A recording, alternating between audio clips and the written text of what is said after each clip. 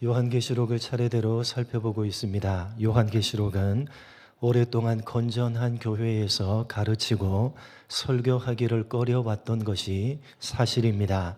그 이유는 요한계시록의 내용이 여러 가지 상징들과 비유들로 되어져 있어서 해석하기가 매우 난해할 뿐만 아니라 많은 이단들이 자신들의 이단 사상을 합리화시키기 위해서 마치 자신들의 전유물인 것처럼 계시록을 이용해 왔기 때문입니다.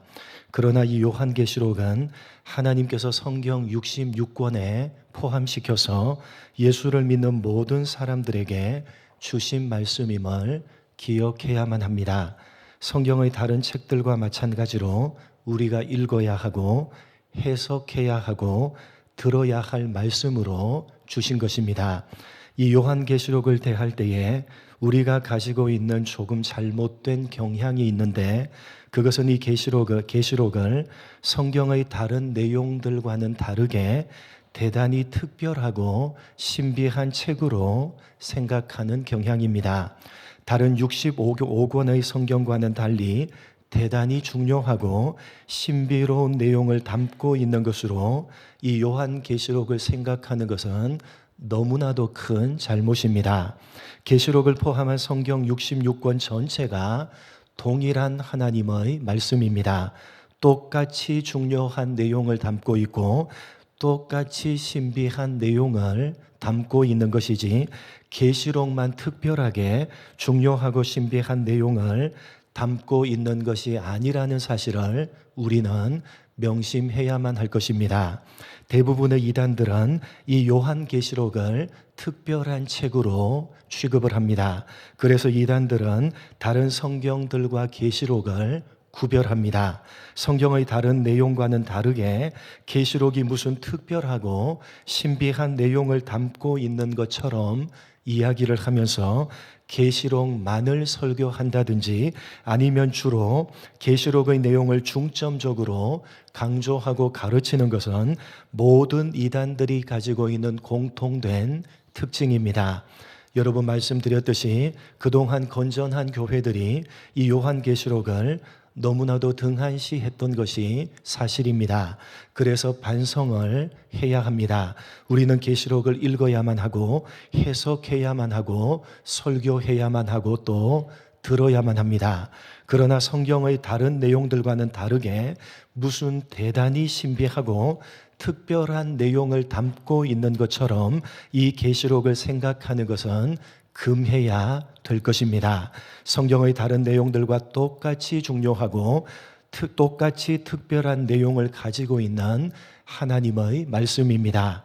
이 계시록만 특별하고 신비한 내용을 담고 있는 것으로 생각하는 이단들은 그래서 주로 이 계시록을 성경의 다른 내용과는 다르게 아주 솔깃하고 흥미롭게 해석을 합니다.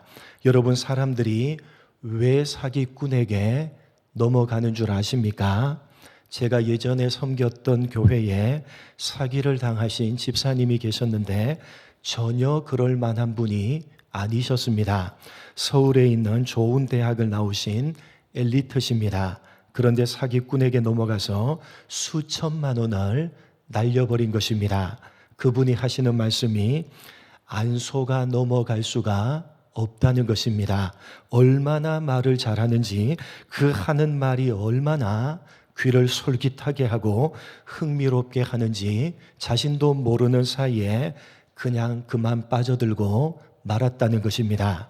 여러분 조심하셔야 됩니다. 계시록을 잘못 해석하고 있는 말씀을 듣고 있으면 얼마나 귀가 솔깃한지 모릅니다. 얼마나 흥미진진한지 모르는 것입니다. 예전에는 들어보지 못한 아주 새로운 말씀, 아주 신비한 말씀입니다. 그런데 계시록을 바르게 해석하고 있는 말씀을 들으면 이미 알고 있는 뻔한 내용이고 별로 그렇게 흥미롭지가 않습니다. 그래서 조심하셔야 되는 것입니다.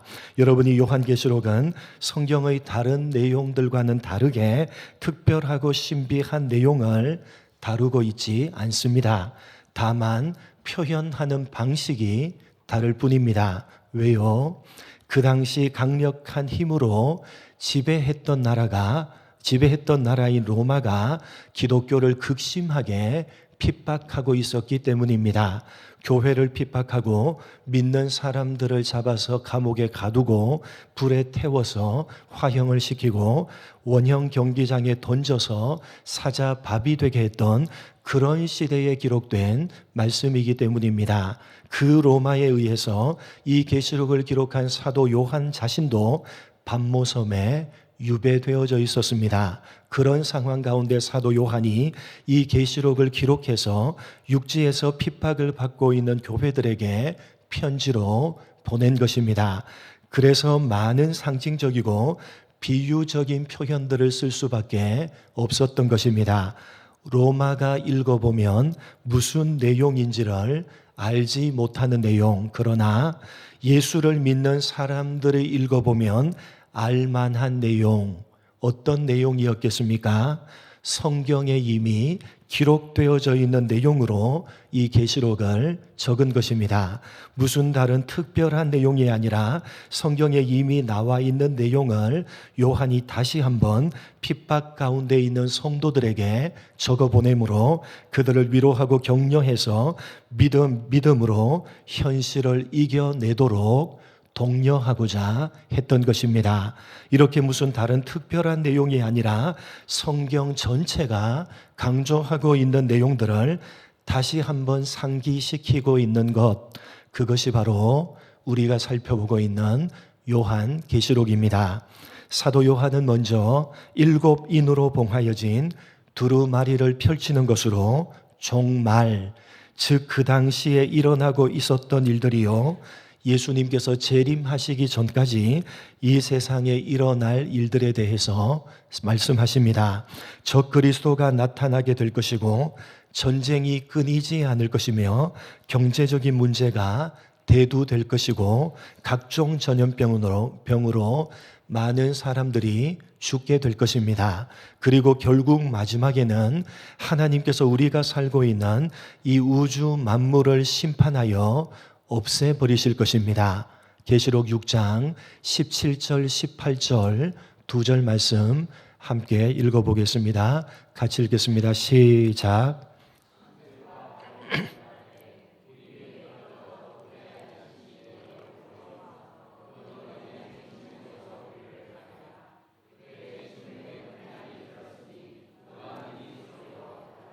보좌에 앉으신 성부 하나님과 어린 양이신 예수 그리스도의 진노하심으로 심판하시는 날이 이 세상에 이르게 될 것입니다.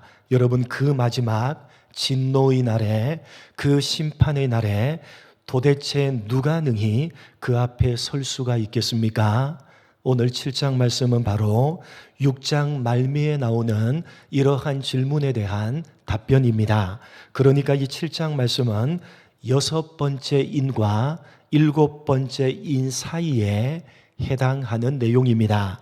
앞에 나오는 6장에 첫 번째 인부터 6번째 인에 대한 내용이 기록되어져 있습니다. 여러분, 7장은 7번째 인의 내용이 아니라 7번째 인에 대한 내용은 8장에 등장합니다. 8장 1절 말씀 한번 읽어보겠습니다. 8장 1절 같이 읽겠습니다. 시작.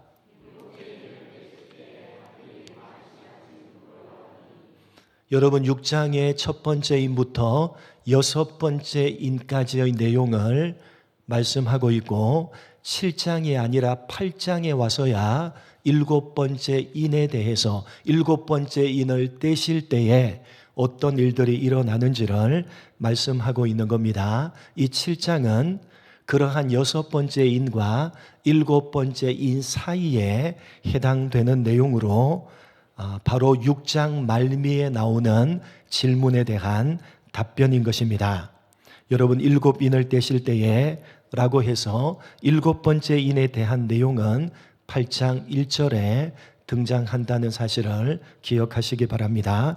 다시 말해서 이 7장 말씀은 6장 말미에 나오는 6번째 인을 떼면서 마지막으로 던지고 있는 질문, 이 진노의 큰 날에 누가 능히 서리요? 라는 질문에 대한 답변인 것입니다. 여섯 번째 인의 내용에서 우리가 살펴봤듯이 지금 우리가 살고 있는 이 세상은 완성된 영원한 곳이 아니라 임시처소에 불과합니다. 그래서 하나님께서 영원한 새하늘과 새 땅이 완성이 되면 우리가 살고 있는 임시처소인 이 세상을 심판하실 것입니다. 바로 그때 하나님께서 새하늘과 새 땅을 완성시키시고 예수님을 다시 세상에 보내사 이 세상을 심판하시는 그때에 그 앞에 설 자가 누구냐? 다시 말해서 주님께서 재림하셔서 이 세상을 심판하시는 그 심판의 날에 구원받을 자가 도대체 누구냐라는 질문에 대한 답변이 바로 오늘 7장 말씀입니다. 여러분, 이 계시록은 하나님께서 어떻게 세상을 심판할 것인가, 어떻게 이 세상이 멸망을 당할 것인가 하는 심판에 그 초점이 있는 것이 아니라 완성에 그 초점이 있습니다. 하나님께서 우리를 위해서 지금 살고 있는 이 임시처소가 아니라 영원한 처소인 새하늘과 새 땅을 완성시키실 것입니다. 그렇게 영원한 처소가 완성이 되면 당연하게 임시처소는 어떻게 해버리겠습니까? 없애버리시는 것입니다. 영원하지 않은 임시처소인 이 세상을 심판하시는 것은 영원한 나라를 완성시키기 위한 것입니다. 장차 하나님께서 완성하실 그 영원한 나라에 누가 들어가서 살 것인가? 그 해답이 바로 오늘 7장입니다. 그래서 여러분, 오늘 말씀을 보시면 내 천사가 땅과 바다 그 모든 곳들을 해하고 심판할 때에 어떻게 할 때까지 해하지 말라라고 말을 합니까? 3절 말씀을 보시면 언제까지 해하지 말라? 하나님의 종들의 이마에 인을 치기까지는 해하지 말라라고 말씀하십니다. 무슨 말입니까? 하나님께서 세상을 심판하실 그때에 그 앞에 누가 설 수가 있다는 것입니까? 누가 그 마지막 심판에서 구원을 받을 수가 있다는 것입니까? 하나님께서 이마에 인을 치셔서 하나님의 인으로 인침을 받은 자들은 그 마지막 심판에서 구원을 받을 수 있다는 말씀입니다. 그런데 여러분, 4절을 보시면 그렇게 인침을 받은 자들이 몇 명이라고 되어져 있습니까? 14만 4천이라고 되어져 있습니다. 그 유명한 14만 4천입니다. 이 구절을 근거로 해서 많은 이단들이 자신들의 모임에 들어와야지만 이 14만 4천 명 안에 들 수가 있다고 주장을 합니다. 이것을 제일 먼저 강조한 이단이 우리가 잘 아는 여호와의 증인이라는 이단입니다. 이 여호와의 증인은 그 초창기에 14만 4천을 구원을 받는 사람들의 숫자라고 주장을 했습니다. 그런데 시간이 지나면서 자신들의 숫자가 14만 4천 명이 넘어가 버리자 지금은 14만 4천은 특별한 구원을 받는 무리들이고 9절에 나오는 각 나라와 족속과 백성과 방언에서 아무도 능히 셀 수 없는 큰 무리는 보다 저급한 구원을 받는 무리라고 구별을 하고 고급하고 특별한 14만 4천 안에 들기 위해서는 열심을 내어서 밀어내고 들어가야 한다고 주장을 하고 있습니다. 이러한 내용을 그대로 이어받아서 오늘날 특히 신천지 이단이 자신들이 14만 4천 명을 모으고 있으니까 신천지에 들어와야지만 구원을 받을 수 있다고 주장을 합니다. 그러면서 신천지는 5절 이하에 있는 말씀처럼 자신들이 모이는 모임의 이름을 요한지파, 시므온 지파 등 12지파들의 이름을 붙이고 각각 1만 2천 명씩을 모으고 있는 것입니다. 이렇게 오늘 7장 말씀에 나오는 마지막 심판때에 구원을 받을 이마에 하나님의 인을 맞은 자 14만 4천 명을 실제적인 숫자로 해석을 하는 여호와의 증인으로부터 신천지를 포함하는 많은 이단들의 해석은 너무나도 터무니가 없는 잘못된 해석입니다. 이단들이 주장을 하듯이 여기 14만 4천 명이 실제적인 숫자라면 많은 문제들이 발생합니다. 먼저 여러분 성경 어디를 보더라도 구원을 받는 사람들의 숫자를 제한한 곳은 단 한 곳도 없습니다. 예수를 믿는 모든 사람들이 구원을 받는 것이지 그 숫자를 14만 4천 그것도 각 지파별로 1만 2천 명씩을 제한한다는 것은 성경 전체의 가르침과는 전혀 맞지가 않습니다. 또한 14만 4천을 실제적인 숫자로 이해한다면 여기 7장에서 구원함을 받은 사람들을 가리키는 이마에 하나님의 인을 맞은 사람도 실제적으로 이마에 인을 맞아야 하고 12지파 가운데 1만 2천 명씩이니까 신천지처럼 그냥 아무 이름이나 갖다 붙여서 만들어서는 안 되고 실제로 이스라엘의 12지파에서 각각 1만 2천 명씩 1만 2천 명이 구원을 받아야 합니다. 여러분 무슨 말인지 이해가 되십니까? 여기 7장에 많은 표현들이 나오는데 14만 4천만 실제적인 것이고 다른 표현들은 실제적인 것이 아니라 상징적인 것이라면 말이 됩니까? 되지 않습니까? 말이 안 되는 것 아닙니까? 상징이면 다 상징이다 라고 해야지 맞고 실제면 다 실제여야지 자신들이 편리한 대로 14만 4천만 실제적이고 다른 것들은 상징이다 라고 주장하는 것은 말이 안 되는 억지 주장입니다. 그렇기 때문에 7장에 나오는 마지막 심판 때에 구원을 받는 사람을 표현하는 14만 4천은 실제적인 숫자가 아니라 요한계시록이 그러하듯이 상징적인 숫자입니다. 여러분 이마에 하나님의 인을 맞은 사람이라는 표현이 실제로 이마에 인을 맞았다는 것이 아니라 예수를 믿는 사람들을 상징하는 표현이듯이 14만 4천도 구원을 받은 사람들을 상징하는 숫자인 것입니다. 그렇다면 왜 여기에 이스라엘의 12지파가 등장하는 것입니까? 그것은 이스라엘 12지파는 누구를 상징하는 표현입니까? 여러분 구약 시대에 구원함을 받은 하나님의 백성들은 누굽니까?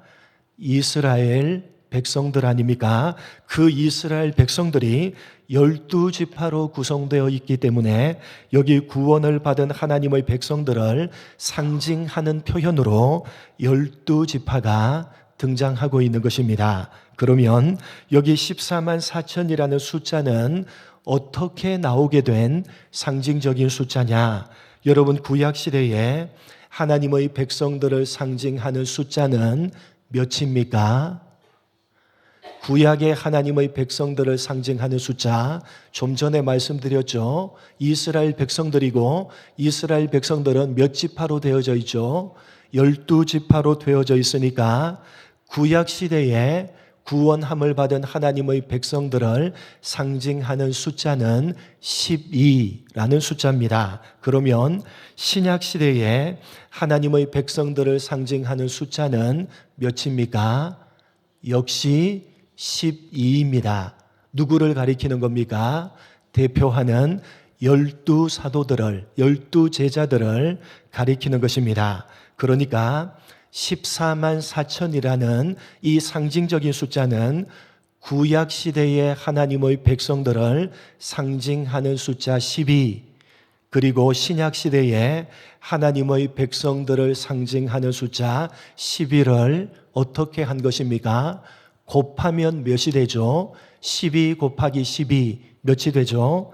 144가 되죠. 그 144에다가 무수히 많다라는 의미를 담아서 상징적인 숫자인 1000을 곱한 것입니다. 그러니까 구약의 하나님의 백성들을 상징하는 숫자 12 곱하기 신약의 하나님의 백성들을 상징하는 숫자 12 144에다가 하나님의 백성들이 무수히 많다 1000을 곱하게 되면 여기 계시록에 나오는 14만 4천이라는 숫자가 나오는 것입니다. 무슨 의미입니까?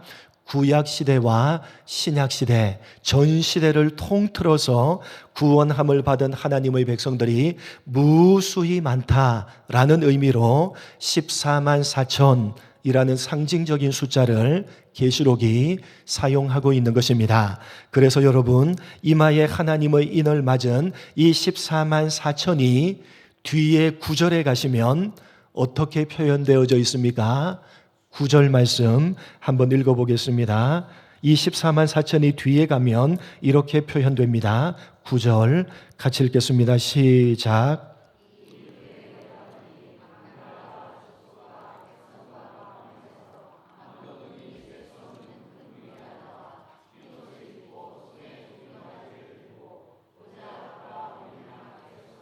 여러분 앞에는 14만 4천 구원함을 받은 무리, 그렇게 상징적인 숫자를 사용하고 난 이후에 뒤에 가면 이 14만 4천이 각 나라와 족속과 백성과 방언들 가운데 아무도 능히 셀 수가 없는 큰 무리라고 하는 표현으로 바꾸어지고 있습니다. 여러분, 이들 아무도 셀 수 없는 이 수많은 무리들이 보좌 앞에 서서 어린 양의 구원하심을 노래하고 있는 것 아닙니까? 흰 옷을 입었다.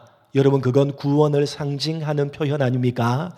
여러분, 그러니까 계시록 7장에 14만 4천 구원함을 받은 백성들을 상징하는 숫자를 처음에 집어넣고 이제 뒤에 그 숫자를 풀어서 각 나라와 족속과 방언에서 아무도 능히 셀 수가 없는 큰 무리라고 바꾸어서 사용하고 있는 것입니다. 사랑하는 성도 여러분, 우리는 예수님의 재림이라는 마지막 순서만을 남겨놓은 종말의 때를 살아가고 있습니다. 하나님께서 이제 곧 이 세상을 심판하실 것입니다. 그 심판의 날이 언제인지 아무도 알지 못합니다. 다만 마지막 순서만 남겨놓고 있는 종말의 때를 우리가 살아가고 있습니다. 여러분, 그 마지막 심판 날에 누가 그 심판 앞에 능히 설 수가 있겠습니까? 바로 예수를 믿는 우리들이 그 심판 앞에서 능히 설 수가 있는 것입니다. 예수를 믿는 우리들이 바로 이마에 하나님의 인을 맞은 사람들이요 14만 4천인 것입니다. 우리가 구원을 받을 만한 무슨 자격과 조건을 갖추었기 때문이 아니라 오늘 본문에서 구원함을 받은 무리들이 노래하고 있듯이 보좌에 앉으신 우리 하나님과 어린 양이신 예수 그리스도로 말미암아 값없이 베풀어 주신 하나님의 은혜로 우리는 하나님의 인을 맞은 하나님의 백성들이요 14만 4천이요 하나님의 구원함을 받은 무리들이 된 것입니다. 사랑하는 성도 여러분, 우리는 하나님의 인치심을 받은 14만 4천이요 구원함을 받은 하나님의 백성들입니다. 하나님께서 우리를 인치셨고 하나님의 백성으로 삼으셔서 구원해 주셨습니다. 전적인 하나님의 은혜입니다. 이 구원을 위해서 우리가 한 것은 아무것도 없습니다. 그래서 우리가 받은 구원은 절대로 취소가 되지 않는 것입니다. 누가 하셨기 때문입니까? 하나님께서 하셨기 때문에, 전적으로 하나님께서 하신 일이기 때문에, 하나님께서 시작하셨기에 하나님께서 이루실 것입니다. 그렇기 때문에 우리가 해야 할 일은 단 한 가지밖에 없는 것입니다. 11절과 12절 말씀이 보여주듯이 구원함을 받은 무리들이 하나님 앞에 엎드려서 경배하고 있듯이 우리는 평생토록 하나님 앞에 엎드려 예배해야 될 것이며, 찬송과 영광과 지혜와 감사와 존귀와 권능과 힘, 모든 영광을 하나님께 돌리고 있는 것처럼 우리들도 하나님께 영광을 돌리는 삶을 살아야 될 것입니다. 여러분이 이미 받으신 바 구원을 다시 한번 확인하시고 값없이 은혜로 구원함을 받은 자로서 이 종말의 때를 하나님을 예배하기를 기뻐하시며 하나님께 영광 돌리는 삶을 살아가기를 더욱더 몸부림치시는 여러분 모두가 되시기를 주님의 이름으로 간절히 축복합니다. 하나님 아버지, 하나님께서 마지막 심판을 하실 그 심판의 날에, 그 진노하심의 날에 누가 그 앞에 능히 설 수가 있겠습니까? 하나님께서 이마에 인을 쳐주셔서 하나님의 백성으로 선택하시고 구원함을 주신 예수를 믿는 우리들이 바로 14만 4천이요 그 진노의 날에, 그 심판의 날에 하나님 앞에 능히 설 수가 있는 구원함을 받은 사람이라는 사실을 오늘 말씀을 통해서 가슴에 새기는 우리가 되게 하여 주옵소서. 전적인 하나님의 은혜로 우리가 구원함을 받았다는 사실을 다시 한번 기억할 수 있도록 복을 내려주시기를 원합니다. 값없이 은혜로 구원함을 받은 자로서 이 종말의 때를 하나님을 예배하기를 기뻐하며 하나님께 영광 돌리는 삶을 살아가기를 더욱더 몸부림치는 종말을 제대로 준비하며 살아가는 우리 모두가 될 수 있도록 은혜 베풀어 주옵소서. 감사하오며 예수님의 이름으로 기도드립니다. 아멘.